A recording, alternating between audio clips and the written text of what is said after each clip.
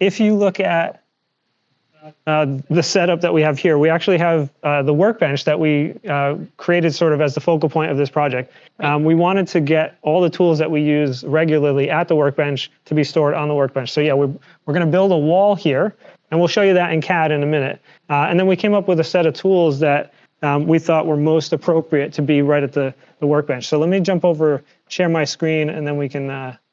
So we created a digital twin of the table so that we can get appropriately sized geometry.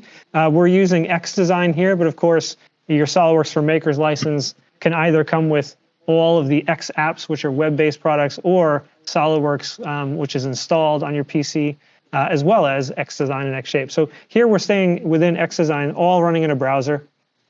And again, we have our digital twin of the assembly. I've got it sort of fully designed, though, with a bunch of prototypes that we are hoping, once again, for you to weigh in today, either via the chat or raise your hand if you want to speak with us. Give us feedback on your thoughts on these designs. So I'll let you stare at this for a moment, but what we started with was actually figuring out what the layout of the wall should be. So we started with just a photograph. In fact, I went through a bunch of different layouts, and this was kind of fun because this was our very first thought.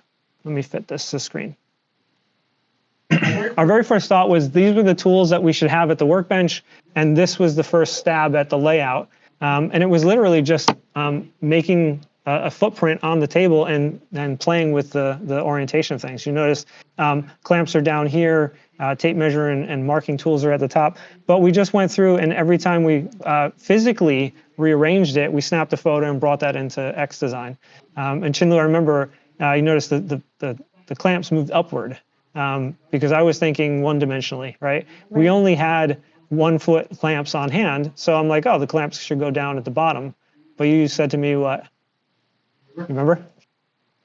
What if it's too long? Yeah, well, yeah. You're like, if you just slid this up a little bit, you could accommodate up to 2 foot long lengths. Yeah. So that was one of the things that dictated some changes. But we kept iterating and iterating. Go ahead. We also talked about the ergonomics, like the accessibility of certain tools, how easy it was to reach over and grab it. And I think at one point you were saying, depending on how we made the holder, you may not be able to pull it up without hitting another thing next to it or above it. So, or even the overhang on the table. Is there even an overhang? No, there's no overhang. There's no overhang. So this was the layout that we sort of landed on. But I think the beauty of what we designed is that it's still very flexible. This is just a big piece of plywood, and you can screw things into it and move them around if it doesn't quite work out. I think the only thing that doesn't suit that bill are the things we decided to stick with sort of more traditional. More traditional. Can I address a possible question that some people might have? Often you see tool storage areas with pegboards, because the idea is that these storage units, as you use it, you realize that maybe you needed to replace a tool with another one, or you needed to add more tools. You basically need to have ways to compensate for adjustments throughout the lifetime of the storage. But we chose to not use a pegboard instead of a piece of plywood. One of the reasons would be that it's because we are in a makerspace and we get a lot of offcuts and spare wood. If we ever have to swap this out, it's okay that it's littered with holes. We'll probably keep changing up where things are mounted based on what we need until that piece of plywood doesn't work anymore, and then we'll grab another one. So we're not too concerned about.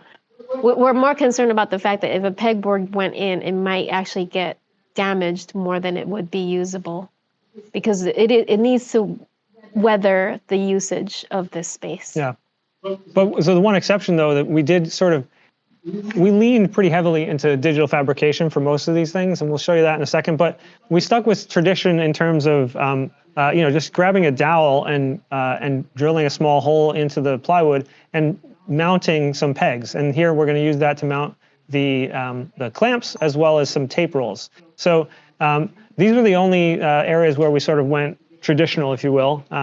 Really no digital fabrication. But the rest of them, we had a bunch of fun with designing things that could either be 3D printed, laser cut, or well, some other surprises that we'll get to. So I thought I'd take you guys on a tour of the different accessories. And then if anyone catches your eye, again, if you have questions, this is meant to be very interactive. So please ask questions or comments. And Matthew, I'll ask you to kind of keep track of that and holler at us if you see anything we should respond to. But let's start with the glue holder. I'm going to jump up and show you sort of live action, right? Can you grab the glue, Chinlu? Yeah. Nice. So the idea was this, this little holder here would be mounted to the wall like this, and you should be able to put your glue bottle in like that. Chinlu mentioned before, this idea of like if something's above it, you're not going to be able to pull up and then out. So this was designed down more. This was designed so that it could be leaned forward and then pulled out. And this is one of those things, as I started to interact with this, and I'd love your feedback, should this just be the permanent angle for the glue bottle? Is this just like fancy nonsense, and should this just be the angle? Because then it's easier to always just put in and pull out. So that's something I would think about for the future. The other thing I did, and I did it originally to save material. I made a hole in the bottom, but then made me realize I could actually put it in upside down. So if you wanted your ketchup or your glue in this case to always be at the ready, maybe storing it this way, thank you, Chinlu, is a better thing. If I made any other change, if this was the way to do it, the hole is big enough for the nozzle, but not big enough for this shoulder. So it's not resting on the glue bottle shoulder, it's actually resting on the cap, kind of awkwardly. So if anything, I might make that hole a little bit bigger so that it could sit down a little bit further. But anyway, that's the glue bottle design. And I wanted to show you guys in CAD one thing that I often do. So if you want to maximize your CAD window, where am I, Sal? Isolate. So I'm working inside of a full assembly right now, of course, but Isolate is my best friend because it lets me really focus on one part at a time and show you all what's going on, and then we can really look at the design. So this is going to be held to the wall with screws. In fact, one of the design constraints that we created for ourselves was that everything should be mounted with the same exact screw, right? So I chose 1¼ inch. 1¼ screws are just regular exterior screws, nothing fancy. And I did that because I'm going into 3/4 inch material, and I don't want to have the screws come out the other side. So I wanted to have a screw that was long enough to bite, but short enough to not come out the other end. So when I made holes like this, you notice these holes go in at an angle. Let's go ahead and edit this guy here. We can look at the sketch here and see, it's really just a basic revolve cut. But I took the time to design it in such a way that I made sure there's this 1¼ dimension, right?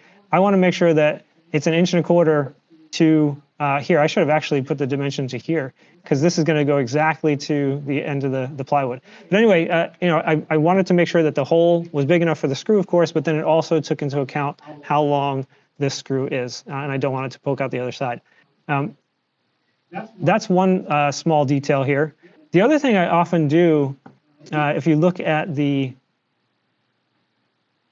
model, I created these two other pieces of solids. They're not merged with the actual design part, but they're there because when I bring it into the bamboo slicer that we use for 3D printing, I can tell the slicer that those volumes should actually act to modify the 3D print. And I'll show you bamboo in a little bit on another model, but I can use those to change the infill density and other sort of characteristics so that when I drive a screw into these holes, I'm not going into that 15% infill, but rather maybe 100% infill. So it's really going to stand up to the screw being driven in.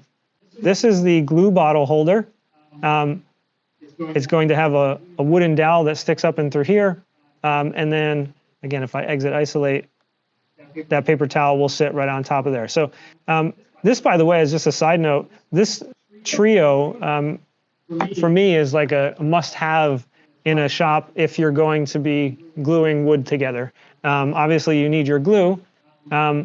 And then, a paper towel to clean things up is great, but a wet paper towel is even better. And I don't know about where you do your projects, but in our garage, we don't have any water. Like there's no water supply in our garage. And the house, it's a detached thing, so I'm not going back to the house. So a spray bottle is like a perfect solution to just wet that paper towel, and then you can wipe up the mess you've made. Here in the lab, we do have a slop sink, but it's, again, 50 feet away. So having this right at your fingertips is really convenient. Did you talk about why you made this cool little? No, I'm about to show a close-up. Yep. Why did I make that cool thing, Chinli? Why don't you tell everyone? So that you can put your power drill right in there and access the... Wait, I can show. Show and tell. So you can actually get in there and get access to the screws without hitting the 3D print. So this is a life lesson we learned quite a few times in the past. Or you can buy like one of those foot-long drill bits or driver bits. But yeah, so as we're designing this, again, we had 3D printing in mind. We had how is it going to be assembled in mind, and I wanted to you do it with a loft. I actually just created a loft. Let's go here. So this is a loft from. Let me find my sketches. This shape here. Up to this shape here. So sort of a rotational loft, if you will. But as I look at this part now that it's all done, I think, maybe next time I design something like this, I'll go into X shape. I didn't use X shape in any of the designs for this particular build, but this is sort of a great example of a part where you can kind of have fun with the freeform organic modeling of it and still end up with something that looks similar to this. One other thing, so in this model, I also have those extra bodies that we can actually extrude. And if we look at this, when you design for 3D printing or any digital manufacturing, you have to think about what makes sense. For 3D printing, it's print orientation. So I'm going to do this. The most likely way to print this for me is like this, standing upright. What that means is, most of this stuff will be self-supporting. I won't need any support material. This little hole here, when holes are, about a quarter of an inch or so, I don't ever worry about doing anything special. I found that 3D printers will just print that without supports. But on the back side, you notice this is got to be a 1-inch dowel that has to fit in there. And once you get to that size, if it's a perfect circle, you might have the slicer want supports in there, or it might just create a rat's nest if you didn't. So what I've taken to doing is actually creating this sort of cap. In this case, I went with a planar top, and then these sloped faces are what's most important. Whatever print angle your printer can support, ours goes to about 30 degrees before it's not happy. So I come off of the circle at a tangent at 30 degrees, and then in this case, I create a cap that's up to 6 millimeters wide. I found that that's a distance that without issue, the 3D printer can just span straight across. So those are the kinds of things that I think about when I'm designing for 3D print. The other thing, let's go over to Bamboo. This is the slicer. You can see here, I've actually brought in 2 versions of the model because I wasn't sure. This was actually my first version. Oops. You notice I have a version where the bottom is solid and a version where there's this big void in the middle. Because my first thought was, if you're going to 3D print, all this material in here is going to be wasteful. It's going to waste time. It's going to waste material. So why not hollow out as much as I could? And I hollowed out something that would be self-supporting, right? So it doesn't go straight up. It has a taper so that it supports itself on the way up. And I thought, well, that's got to be a better design. Let me show you how I determined that it's not as. It is slightly better, but it's not as much better as I thought it could be. In Bamboo and other slicers, I'm sure you can do this. I can say that this thing is not printable. I could also just drag it off the bed. And then just for consistency, I'm going to center this on the model. So that's the only thing that the slicer will think about. And you notice that it's saying it's going to use, we'll call that 115 grams of material, and it's going to take 2 hours and 14 minutes to print. So 115, 214. Let's compare that to the one, that's the solid base. I'm going to right click and say that's not printable. Right click and make this one printable. Move this over and we'll center this one. And we'll do that same thing. So 110 and 221. So it actually did save a little bit of material. It was 115, now we're 110. So 5 grams of material, but it's adding 7 minutes to the print time. So again, this is one of these things where I thought, like, taking the extra time to design in a hollow, it would use so much less material. Turns out it doesn't. Now, of course, every model is going to be different, but that was one of those lessons I learned just by playing around with the differences. Oh, they had something. Or I was going to say that if you could technically go in this orientation, I know you printed it in this I was saying that right now Sal printed this orientation, but technically you could do this. One of the reasons why he didn't was because this hole has a undercut, or it would have a flap, but that surface could be coned up. Yes. So in a way where you could also prevent a support being necessary to support that surface if it was printing in this orientation. Yeah. So there are definitely many ways to approach a design.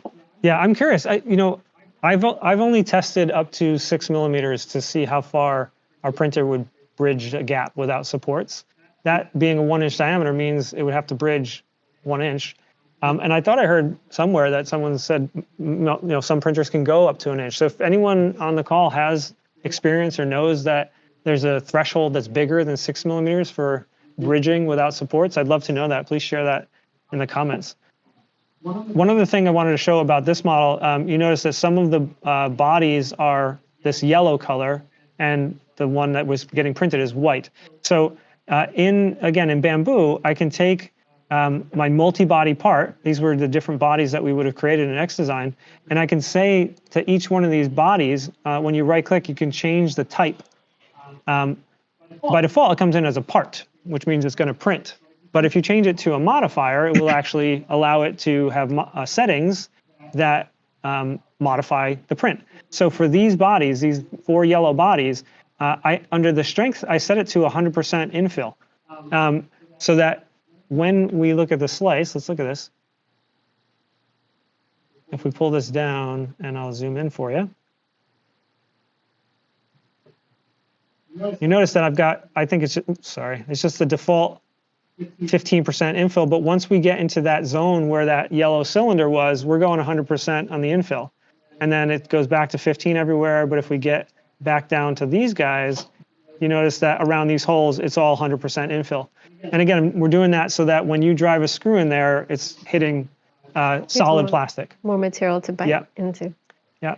So again, using modifiers are a great way to strengthen your 3D prints. Chinlu, where should we go next? There's lots of stuff. Laser cutting? You want to talk about laser cutting? Sure. All right, let's do it. So let me isolate this guy. So what is this thing for, first of all? Let me tell everyone. So you had this great idea of storing the hardware boxes that you get at big box stores. They come in these already very well labeled containers. So why mess with what works already? So we wanted to have a way to store them in such a way where you can see all of the labeling for all the various varieties of hardware. And also to, I think Sal mentioned this earlier, to kind of pay homage to the diversity in equipment that we have here, and not just 3D print everything or CNC everything. We wanted to actually have a way to showcase the ability of other machines. So the laser cutter is actually quite useful, especially when it comes to creating cutout pieces really quickly.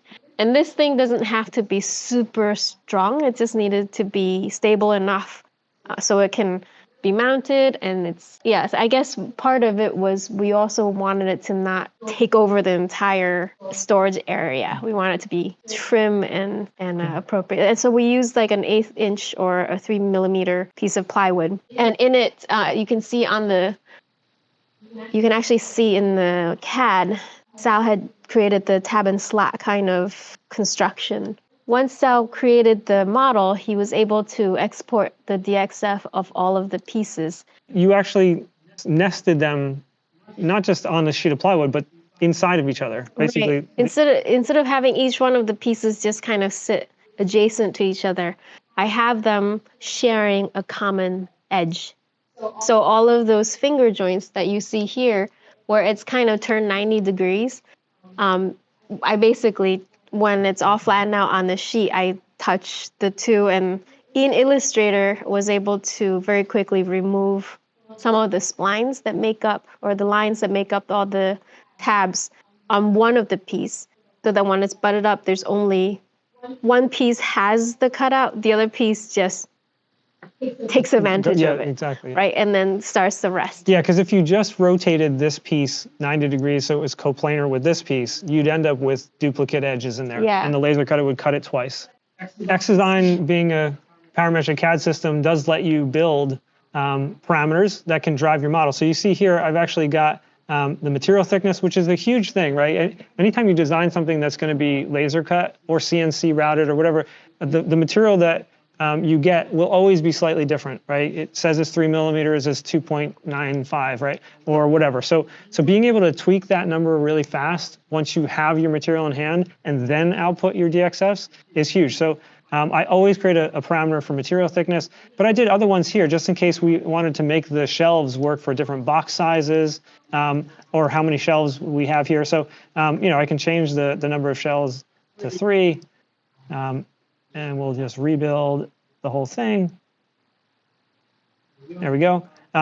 So, having a parameter here that will let you change the design and come up with a new iteration really fast is super huge. And again, that's one of those things that makes me still love CAD after all these years is you can put your sort of engineering or even just creative brain into the model and just in fact, push a button and things update. I was getting irritated at Illustrator because it's not a CAD modeler, and all these conveniences that Sal mentioned, I was hoping when I was in Illustrator to adjust a few things, and I'm like, I wish I could pattern this a little bit more. I mean, to a certain point, they can do that, but there's no dimensioning. There's not any kind of what we take for granted in SolidWorks or in CAD. So makes me appreciate what we have a lot. The other thing you may have noticed, there's this little black button here. They're there. You can hold up to the camera if you want. But these were sort of born out of the requirement that we put on ourselves that says, I want to always use the same screw for everything. So when you drive an 1 1/4 screw through only 1/8 of an inch of material, you're going to pop out the other side of your plywood. So I built these little 3D printed standoffs so that when I measure from this face to this face, I come up with, whatever that is, 0.607, which means I still have another 5/8 on the other side to safely drive my screw into the model, or into my wall. So again, these are not at all required, but they're required because we want to always use that same size screw. And the other thing I'll point out, if you're using any of these SolidWorks products professionally, you have to follow more rules than we do as makers. But one of the things I always do as a maker is, I only put 1 in. It calls for 3, but I got other things to be doing, so 1 is good enough for what we need to do, and then I'll just print 3. So my digital models aren't always 100% to what the real world will be, but that's okay because as makers we don't need it always to be 100% because we just need it to build what we need to build. Let's jump to the speed square holder. How are we doing on time? We're good. Good. That's a shelf bracket. Wait, where is? It's oh, sorry, I'm staring at it and grabbed the wrong one. So then to hold the speed square, I built this very simple triangle. It's funny, the first, I don't have the other triangle, do I? Let me back out of this for a second. What are you looking for? I want to show the very first. Oh, because you had a different design. Yeah. So the first thing I was was doing was designing the speed square, thinking about how to hold it based on my speed square that I've had for years, and it's in my garage. But the lab, you want to hold up the blue one? Yeah. The lab has this new fancy blue one. And mine has this big triangular opening in it, as you can see here, this gray older one. It has a big triangular hole, and I was thinking, oh, I'll just print a little triangular thing and it'll pop right on. But then this one doesn't have that. So we had to change courses a little bit. But what I like about the fact that we had to pivot is I think the solution now works for any speed square, right? It doesn't matter what the interior geometry is. It's, the outside of every speed square is pretty much the same. Which is helpful because in this Fab Lab, things walk away and we have to replace new ones. Yeah. So we came up with this design, which is very, very basic. But, when I was thinking about it, it was another one of these, how are we going to make it? And how it's being made influences the design decisions. So I had all kinds of thoughts about how the geometry should lay out. But because I wanted to 3D print it, and because I thought that the best orientation would be, hang on. We'll get, this is shift and my arrow keys for those of you wondering how I'm making the model rotate 90 degrees. That's shift and arrow keys. I thought that, this orientation that you see on screen would be the best because it's all self-supporting. It's the 45 degree, every printer on the planet should be able to do it. And it even allowed me to create this sort of front wall that could also self-support. Again, my first thought would be, oh, let's print it this way, flat, big flat face, flat on the printer, but then that would create this overhang up in here. This whole surface would be an overhang, and I didn't want to deal with supports. So I rethought, and again, I said, let's print it with this face down.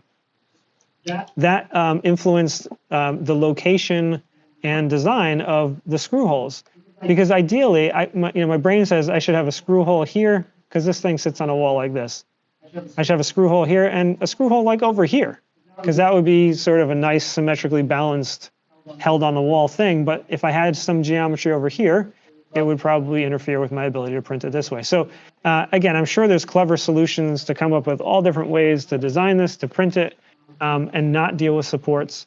But this is sort of the design I landed on. The only thing that now in reflection feels awkward is I feel like instead of mirroring, you see this is sort of symmetrically mirrored, I think it might have looked more interesting if I had patterned this. So this looked sort of the opposite up here. It would look like a pattern. Not the end of the world. It would have also put the screw hole a little bit higher, which I think, structurally would have been nicer.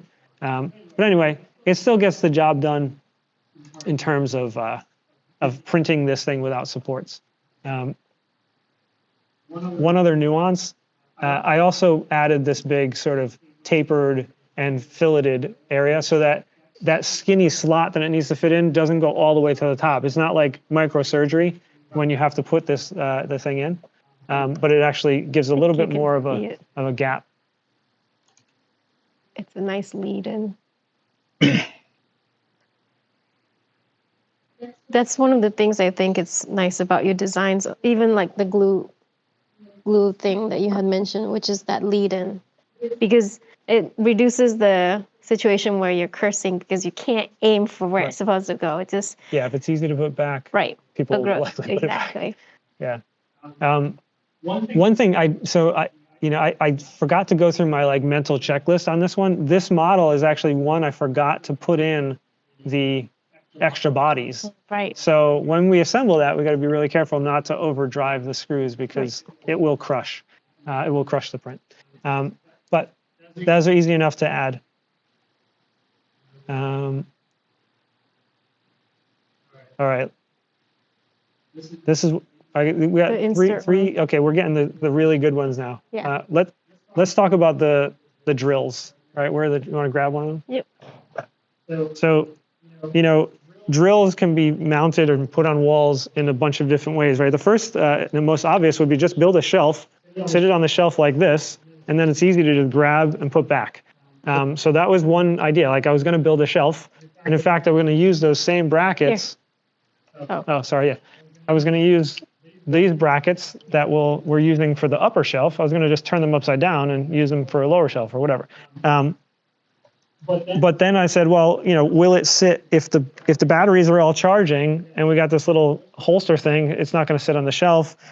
We could take the holster thing off. We could. Plenty of people have come up with systems that let them, have little resting on the drill like this or like this. So there's all kinds of ways to hold the drill. But I think Chinlu, you maybe suggested like we have this.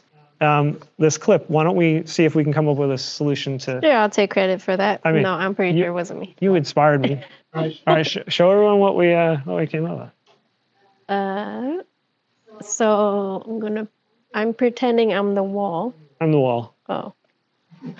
You want to hook? Sure.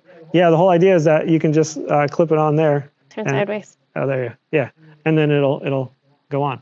Let's look at it in CAD. Maybe that's even better. But the idea is that you clip it on, and it's almost like it's on your tool belt or right. on your pocket. And then this was just a combination of some found objects. Sorry. Within the lab, we have random bolts and nuts and things. Yeah, often for projects that people need, they'll buy a certain amount of hardware or whatever and probably use 80% of it, and then we'll have extra random pieces everywhere. So we've been trying to take advantage of what's there instead of having to buy a new set of everything. Hardware is expensive. Yeah.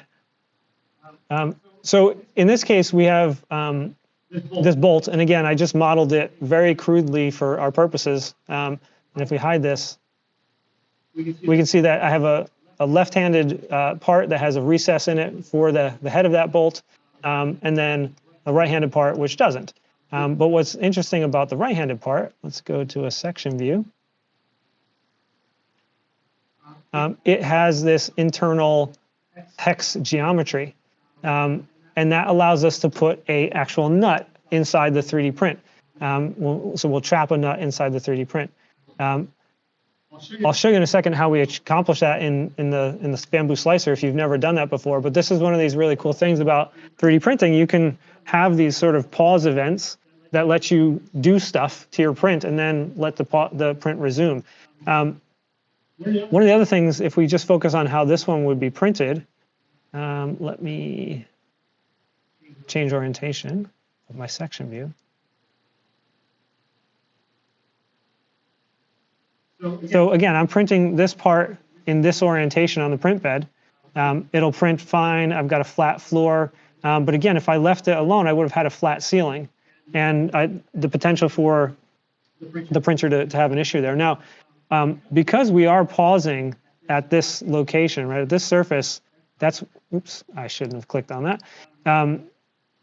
Because we're pausing at that location, we are technically inserting a nut into there and creating sort of a floor. So I could have technically just continued to print straight across that. And I'll tell you, I did try that, but I guess the nut was a little too greasy or whatever, and it wouldn't stick. It's cold. It's cold? Yeah. Okay, yeah. So the temperature, so it didn't stick, and then the print failed. So I said, well, that's silly. And if anyone has tips on how to avoid that, maybe Chin was right. We just need to heat it up and make sure it's not greasy. Whatever the case may be, I said, well, I know how to solve that a different way, which is just put a conical ceiling. Again, this whole self-supporting geometry. So instead of having a flat ceiling, I built this cone, and then again, it supports itself on the way up. So let's jump into bamboo real fast. Did you add a modifier to that area? I know it's not threaded, where you're not screwing into the plastic, but did you reinforce? Yes. Okay. Yes, I did. So let me show you what I did. This is called what? Drill holder. That's the one. So I actually printed 2 sets in here, but what did I want to show you? Oh, I wanted to show you, first things first, when I slice the plate, it goes through, and if you use bamboo before, you may know you can just scroll through the layers and you can see that see how this prints. So Chinlu, you're right. Inside the model, I actually added a bunch of different modifiers. You see the solid geometry around the holes. where the forces will be. Yeah, so when, around my screw holes, I did the same old thing. I drilled, my screws coming in here, it's all solid. But whether I needed this or not, I added sort of an internal rib, because when this thing is on the wall and the drill is pulling downward, I wanted to make sure I had sort of a stiffening rib to support the load and bring it back into the wall. Probably overkill, but fun to do anyway. I would have done the same thing. So I don't do it full depth, by the way. You can see it's all 15% infill. And then eventually I get up to a height where I say, okay, I'm going to have a relatively thin rib. And after a certain thickness, it goes right back to being the 15% infill. Thank you, Chandler. Okay. Pause layer. Yes. So the pause layer is something that I want you to be aware of. So I scroll down to where I want the pause to happen, which happens to be here. And then you can right click anywhere. Let me come down here, for example. Right click on here and just say add pause. And that's it. That's all you have to do. So when you run your job, after it gets to here, it'll pause. The printer head will move back and you can do whatever you need to do. And then you hit play again and it continues on. So you can add as many of these as you want. And that's what we did. When we got here, it paused, we put the nut in, we hit play again, and then it was back to business. So it's a really cool way to insert a threaded nut into a 3D print. So that's how the fasteners work. Now, I did a couple other things, and we're going to end with these last two. So I'm going to focus on this tray right now. There's a bunch of small, loose parts that you need at your fingertips: pencils, pens, rulers, utility knife, calipers, and we designed this particular tray with all those pieces in mind. I guess the other thing to point out, we said digital fabrication a bunch of times, but we wanted to really have a wide variety of fabrication techniques. So 3D printing, you saw laser cutting, and now this part has been CNC routed. Chinley's holding that up to the camera right now. So inside of XDesign, I focused on making sure the pockets were machined and nested in the right spot. That there's extra deep holes for your fingers. In fact, in terms, you want to demonstrate? Yeah. So the ruler, for example, it goes in here, and you can very easily grab it out. The Sharpie is here, and you could go like this, but it's a little difficult. So I added a couple parts where you can push down on either side and reach up and grab it. Same thing with the calipers and the utility knife. Utility knife. Thank you. But you notice there's text on there. Yes. And I didn't bother modeling that text in XDesign, although I could have. I did that in VCarve. So VCarve is the software that I just so happened to use to machine all this stuff. And in there, it's very easy to throw in some text, size it the way you want, and then do the V carving. So I had a little fun with that. But the most fun, right, Chinley? The most fun. Oh, before you jump into that. Oh, what else? I didn't notice that you had some. Is this because of the turning of the bit? Yeah. So that's when I know Rachel was on the line before. When we worked with Rachel, we had the same issue. Like, again, if you've got tips for this, please share. Every time I CNC, there's a potential for because of the way the bit is moving to blow out and really create chatter. I don't know. Is there a technique that just is fail safe? Maybe I should be doing a last final pass and slowing this thing down. Maybe I should anticipate the grain direction. But in any case, yes, in some areas where the bit is moving against or with the grain, it's sort of creating that chatter and blowout. So, but it can be routed out or sanded out. That's not a big deal. Oh yeah, and it's a lab project, it's a workshop project, right. So it's not fine furniture. So yeah, you want to talk about the vinyl? No, you talk about the vinyl, and then we'll end with the tape measure. Oh yeah, quick vinyl. Do you mind? Yeah. So one of the things we know it's popular for, or great suggestions in workshops for a storage wall, is to have like a shadow or an outline of what tool is meant to be there. So I think you could do this in SolidWorks. You can go in there and sketch each of these things out. But because I was working with vinyl, what we decided that we would just design the art, and then basically cut it from a vinyl cutter. And I was in Illustrator anyway, so we did convert some images. I did sketch a few of these, but we wanted to keep it very simple, easy to weed. For those of you who know how to do or aren't familiar with vinyl cutting, the more holes and thin lines, the harder it is because you have to pull all of the little bits out and then you could easily tear the parts that you want. So I reduced as much of the details as I could to just really capture the essence of what these tools are so that we can lay it on the wood surface around and within each of the holsters, and then just hopefully guide people to do the right thing and put the things back where they belong. Yeah, I think that technique works, right? When people see a hole on a wall and then the shadow of what should be there, I think that's a pretty strong clue that you should bring it back. The one that I actually like with Sal had this idea for the paper towel roll. Originally, I just had like this rectangle with a little piece of like wobbly thing hanging off of the side, and Sal was like, "Why don't you just have a piece folded over so it looks like a triangle?" And it turned out really well because it fits within the footprint of where we wanted it, and it's simple. So yeah, it's a few like graphic design art projects.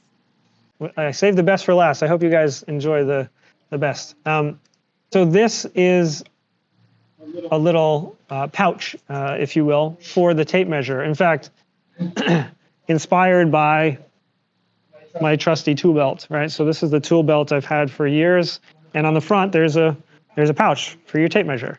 And Chinlu, you actually suggested this because I was all like, how are we going to hold this? And again, we thought maybe you could just do a little piece of metal and clip it on the side wall with the clip on the back.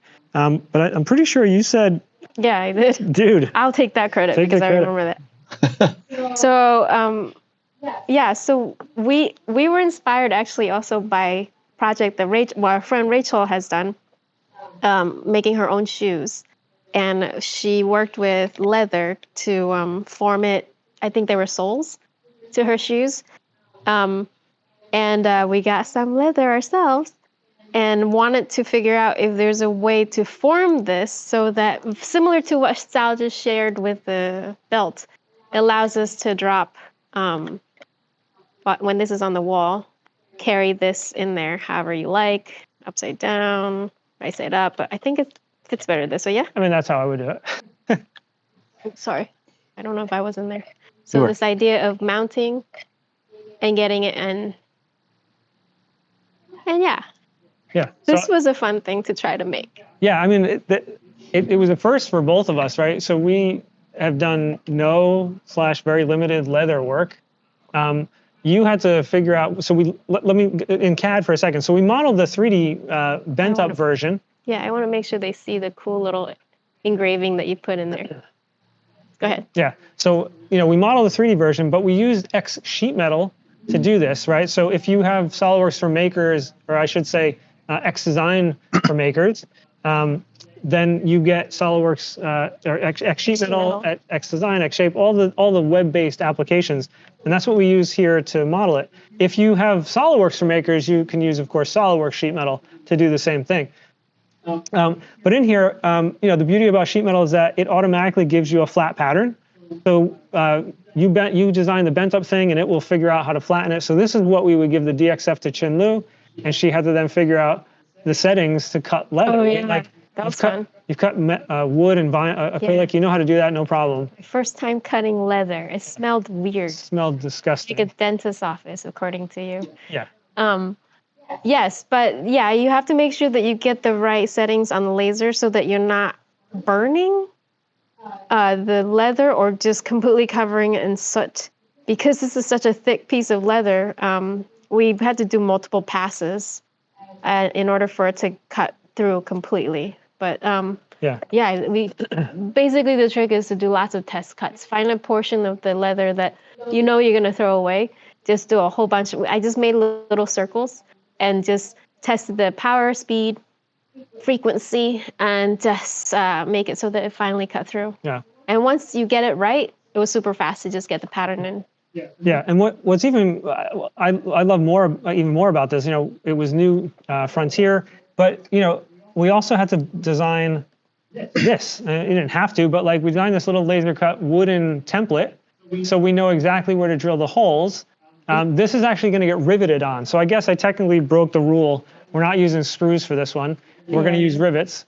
But we're going to drill holes using that template onto the wood and then rivet the leather onto the. I think we could have done. Of course we could have. If we got like those nice little fender washers. Why rivets? Yeah, we're why rivets versus screws? I think we went with rivets because of its. It's because classically it's riveted. We're trying to like also honor the leather kind of effect. You either sew leather or you rivet together. I don't think I've ever seen people try. I think because screws tear as they go in, you don't really want to tear. Well, yeah, I mean, it would still, if we were going to use screws, it would still laser cut the clearance holes and then have some sort of washer thing. Washer, but I guess I don't know. It felt right to have leather riveted. If you just have screws and you want to use it, it's fine. But someone who knows more about leather might tell you otherwise. We have no idea, so we just play by the rules.